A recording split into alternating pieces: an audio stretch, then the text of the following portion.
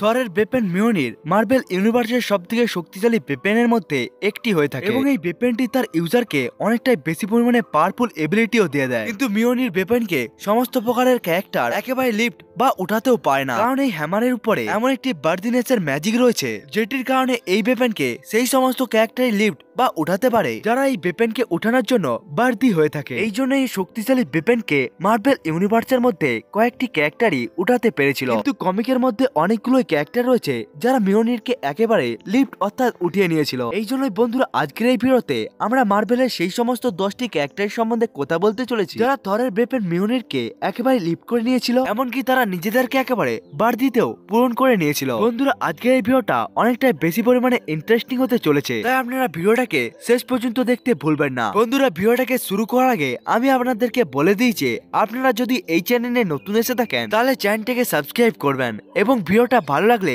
Like করতেও ভুলবেন না। Number 10, black widow. মার্বেল কমিকের মধ্যে ব্ল্যাক উইডো সেই সমস্ত ক্যারেক্টারদের মধ্যে একজন যারা থরের ওয়েপনকে একেবারে লিফট করে নিয়েছিল এবং এটিরই আমরা মেনশনকে দেখতে পাই মার্বেলের হোয়াট ইফ কমিকের মধ্যে, যেখানে র্যাগনারক হয়ে যাওয়ার পর পৃথিবীর সমস্ত সুপারহিরো একেবারে মারা যায়। এই কারণে বেঁচে থাকে কিছু নর্মাল সুপারহিরো এবং ফ্রস্ট জায়ান্ট, যেখানে ব্ল্যাক উইডো ফ্রস্ট জায়ান্টের সাথে লড়াই করার জন্য থরের ওয়েপন মিওনিরকে একেবারে উঠাতে চেয়েছিল। এমনকি সৌভাগ্যবশতভাবে ব্ল্যাক উইডো ওই হ্যামারকে একেবারে লিফটও করে নেয়, যার ফলে ব্ল্যাক উইডো একেবারে থরে পরিবর্তন হয়ে যায়, যার ফলে তার শরীরের মধ্যে গড অফ থান্ডার থরের পাওয়ার এসে যায়। Number 9, Spiderman. মার্বেল কমিকের মধ্যে স্পাইডারম্যানও থরের মিওনিরকে একেবারে লিফট করে নিয়েছিল, কিন্তু এই স্পাইডারম্যানটি মেন ইউনিভার্সের স্পাইডারম্যান ছিল না, বরং এই স্পাইডারম্যান আর্থ 2099 থেকে একেবারে বিলংস করতো। এমনকি এই আর্থ 2099 স্পাইডারম্যানের নাম হলো মেগালো হারফার এবং এই স্পাইডারম্যানটি নিজের পাওয়ারকে পেয়েছিল একটি অ্যাক্সিডেন্টের জন্য, যার ফলে তার বডির মধ্যে একটি জেনেটিক মিউটেশন হয়ে যায়, যার ফলে তার শরীরের মধ্যে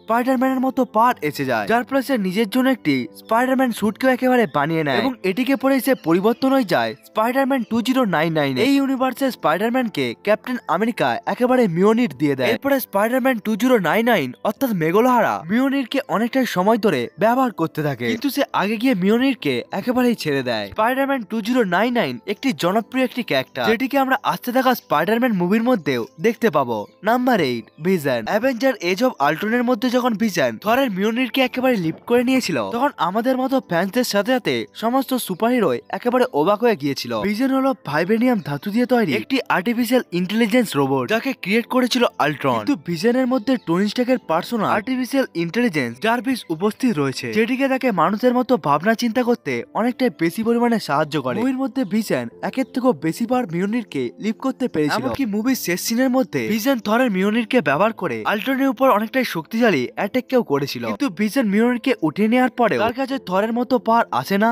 এমনকি তার কাছে থরের মতো শক্তিশালী থান্ডারেরও পাওয়ার আসে না। এমনকি ভিশন এটাকে কেন করতে পারে সেটির উত্তর আমরা মিওনিরের কাছ থেকেই পেয়ে যাই। আসলে ওডিনের ম্যাজিকের স্পেল অনুসারে এই মিওনির ওয়েপনকে সেই সমস্ত ক্যারেক্টাররাই উঠাতে পারবে যারা এই মিওনিরের জন্য একেবারে বার্দি হয়ে থাকে, কিন্তু ভিশন আসলে একটি মেশিন, যার ফলে ভিশনের উপরে এই ম্যাজিক্যাল স্পেলের কোনো ধরনের প্রভাবই পড়ে না। ভিশনের কাছে চিন্তা ভাবনার পাওয়ার এবং এবিলিটি থাকলেও সে আসলে জীবন্ত একটি জীব নয়, এই জন্য মিওনির ভিশনকে নিজের বার্দি কখনোই ভাবে না, এই কারণে ভিশন মিওনিরকে উঠাতে পারে। Number 7, Jane Foster. Jane Foster হলো থরের লাভার এবং জেন ফস্টার তখন মিওনিরকে উঠিয়ে নেয় যখন থর নিক ফিউরির জন্য একেবারে আনবার্দি হয়ে যায়, এমনকি আনবার্দি হয়ে যাওয়ার পর থরের হাত থেকে মিওনির একেবারেই পড়ে যায়, এমনকি থর অনেকটা চেষ্টা করেও সে মিওনিরকে একেবারে উঠাতেও পারেনি। এরপরে জেন ফস্টার মিওনিরকে একেবারে উঠিয়ে নেয়, যার ফলে জেন ফস্টার একেবারে পরিবর্তন হয়ে যায় মাইটি থরে। জেন ফস্টারের মাইটি থরকে আমরা থর লাভ এন্ড থান্ডারের মধ্যেও দেখতে পেয়েছিলাম, এমনকি মুভির মধ্যেও জেন ফস্টার কমিকের মধ্যে মিওনিরকে একেবারে লিফট করে নিতে পেরেছিল। Number 6, Superman. মার্বেল সুপারহিরোর সাথে সাথে কিছু এমন ডিসি সুপারহিরো রয়েছে যারা থরের মিওনিরকে একেবারে লিফট করে নিয়েছিল, এবং এই সমস্ত ক্যারেক্টারদের মধ্যে সব থেকে প্রথমে যে ক্যারেক্টারটি আছে সে হলো সুপারম্যান। সুপারম্যান আসলে একটি খুবই পাওয়ারফুল একটি ক্যারেক্টার, এমনকি অনেক জায়গার মধ্যে সুপারম্যানের পাওয়ারকে থরের সাথেও কম্পেয়ার করা হয়েছিল। সুপারম্যানকে জেওলি কমিকের মধ্যে মিওনিরকে লিফট করতে দেখা গিয়েছিল। জেএলএ অর্থাৎ জাস্টিস লিগ এবং অ্যাভেঞ্জার এমন একটি কমিক বুক যেটিকে মার্বেল এবং ডিসি একসাথে এতে গিয়ে এই কমিককে রিলিজ করেছিল। এই কমিকের মধ্যে সুপারম্যান একেবারেই থরের মিওনিরকে লিফট করে নিয়েছিল। এমনকি এই কমিকের মধ্যে সুপারম্যান ক্যাপ্টেন আমেরিকার সিলকেও খুবই ভালোভাবে ব্যবহার করছিল। Number 5, wonder Woman. সুপারম্যানকে ছাড়া ওয়ান্ডার ওম্যান ও ডিসি কমিকের সেই সমস্ত ক্যারেক্টারদের মধ্যে একজন যে থরের মিওনিরকে একেবারে লিফট করে নিয়েছিল। ওয়ান্ডার ওম্যান অর্থাৎ ডায়না প্রিন্স জিউসের মেয়ে হওয়ার সাথে সাথে সে একজন অ্যামাজন ওয়ারিয়ার, যার ফলে ওয়ান্ডার ওম্যান অনেকটাই বেশি পরিমাণে পাওয়ারফুল। ওয়ান্ডার ওম্যান নিজে একটি গড, যার কাছে গডের সমস্ত ধরনের পাওয়ার রয়েছে। ওয়ান্ডার ওম্যান এতটা বেশি পরিমাণে পাওয়ারফুল হওয়ার সাথে সাথে সে মিওনিরের জন্য একেবারে বার্দি। ওয়ান্ডার ওম্যানকে আমরা মিওনিরকে উঠাতে দেখতে পেয়েছিলাম মার্বেল এবং ডিসির ক্রস কমিকের মধ্যে। 1954 সালে মার্বেল এবং ডিসি একসাথে এসে এই কমিক সিরিজকে বার করেছিল, যেখানে মার্বেল এবং ডিসির ক্যারেক্টারে একেবারে ক্রস ওভার হয়েছিল। এবং ওই ক্রস ওভারের মধ্যে স্যাজেম এবং থরের মধ্যে একটা বড় ভয়ঙ্কর লড়াই হয় এবং ওই লড়াইয়ের মধ্যে স্যাজেম থরকে হারিয়ে দেয় এবং থর ওই লড়াইকে হেরে যাওয়ার পরেই থরের হাত থেকে মিওনির একেবারেই পড়ে যায়, যার ফলে আগে গিয়ে থরের মিওনিরকে ওয়ান্ডার ওম্যান একেবারে লিফট করে নেয়। কিন্তু ওয়ান্ডার ওম্যান ওই মিওনিরকে না ব্যবহার করে ওখানে একেবারে রেখে দেয়। কিন্তু ওই ইভেন্টের মধ্যে আমরা জানতে পেরে যাই যে থর মিওনিরকে উঠানোর জন্য বার্দি বলে। Number 4, Odin. মিওনিরের মধ্যে যে ম্যাজিক ইঞ্জিনকে ব্যবহার করেছিল সেই হলো ওডিন। এই কারণে ওডিন ও মিওনিরকে একেবারে লিফট করে নিতে পারে। ওডিন হলো আসলে অ্যাসগার্ডের রুলার এবং নটি রেলমের রক্ষাকর্তা এবং সেই নটি রেলমের গড ফাদারও, এবং সেই নেডোবেলের মানুষের সাহায্যে এই মিওনিরকে তৈরি করেছিল। ওডিন হলো অ্যাসগার্ডিয়ান গড, যে সমস্ত প্রকার গডের গড ফাদার হওয়ার সাথে সাথে সে তাদের মধ্যে সবথেকে বেশি পরিমাণে পাওয়ারফুল এবং superior. Number 3, captain America. Captain আমেরিকাকে মিওনির উঠাতে আমরা সবাই দেখতে পেয়েছিলাম মার্বেল সিনেমাটিক ইউনিভার্সের মধ্যে। ক্যাপ্টেন আমেরিকা অর্থাৎ আমাদের স্টিভ রজার্স একটি সুপার হিরো, যে নিজের পাওয়ারকে পেয়েছিল একটি সুপার সোলজার এক্সপেরিমেন্টের জন্য। ক্যাপ্টেন আমেরিকা এমসিইউর মধ্যে মিওনিরকে তো উঠিয়ে নিয়েছিল, কিন্তু মার্বেল কমিকের মধ্যে ক্যাপ্টেন আমেরিকা অনেকবারই মিওনিরকে উঠিয়ে নিয়েছিল। মার্বেল কমিকের মধ্যে থর মিওনিরকে তুলেছিল 1984 সালে আসা মাইটি থরের ইস্যু নাম্বার 39 এর মধ্যে। যখন থর লড়াই করার সময় সে মিওনির থেকে অনেকটাই বেশি পরিমাণে দূরে চলে যায়, তখন ক্যাপ্টেন আমেরিকা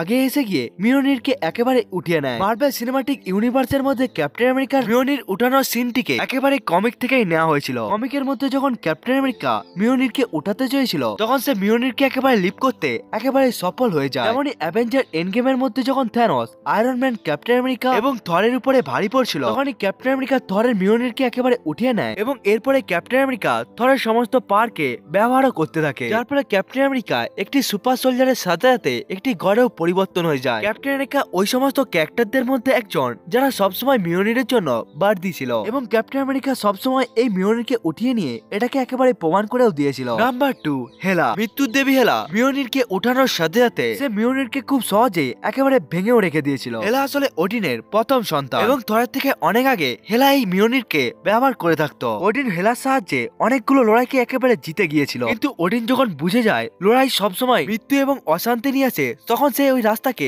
একেবারেই ছেড়ে দেয়, যার ফলে হেলা একেবারেই ওডিনের বিপক্ষে চলে যায়, যার ফলে ওডিন হেলাকে একেবারে নরকের মধ্যে বন্দী করে দেয় এবং ওডিন হেলার কাছ থেকে একেবারে মিওনিরকেও নিয়ে নেয়, যার ফলে আগে গিয়ে ওই বেপেনকে থরকে দেয়া হয়। Number 1, Beta Ray Bill. মার্বেল কমিকের মধ্যে থরকে ছাড়া বিটা রেবিলই এমন একটি ক্যারেক্টার যে থরের পর সবথেকে প্রথমে মিওনিরকে উঠিয়ে নিয়েছিল। বিটা রেবিল হলো আসলে একটি ওয়ার্ম নাইটার, যে গ্লোবলিং নামক প্ল্যানেট থেকে একেবারে বিলংস করে। যখন সারটার নিজের ফায়ারকে ব্যবহার করে সমস্ত গ্যালাক্সিকে একেবারে ডিস্ট্রয় করে দিচ্ছিল, তখন বিটা রেবিলেরও একেবারে প্ল্যানেট ধ্বংস হয়ে যায়, যার ফলে বিটা রেবিল নিজের সাথীদের সাথে অন্য প্ল্যানেটকে খুঁজতে বেরিয়ে পড়ে, যার ফলে পেছে ঘুরতে ঘুরতে সে থরকে দেখতে পায়। এমনকি একে অপরকে সামনে দেখেই তারা একে অপরের সাথে লড়াই করতেও শুরু করে দেয় এবং এই লড়াইয়ের মধ্যে বিটা রেবিল থরকে একেবারে হারিয়ে দেয়। বিটা রেবিলের সাথে লড়াই করার জন্য থর অনেকটাই বেশি পরিমাণে দুর্বল এবং অজ্ঞান হয়ে যায়, যার ফলে থরের হাত থেকে তার মিওনিরও একেবারেই পড়ে যায়, যার ফলে মিওনিরকে দেখে বিটা রেবিল ওটাকে উঠানোর চেষ্টা করতে থাকে, কিন্তু হঠাৎ করে বিটা রেবিল ওই মিওনিরকে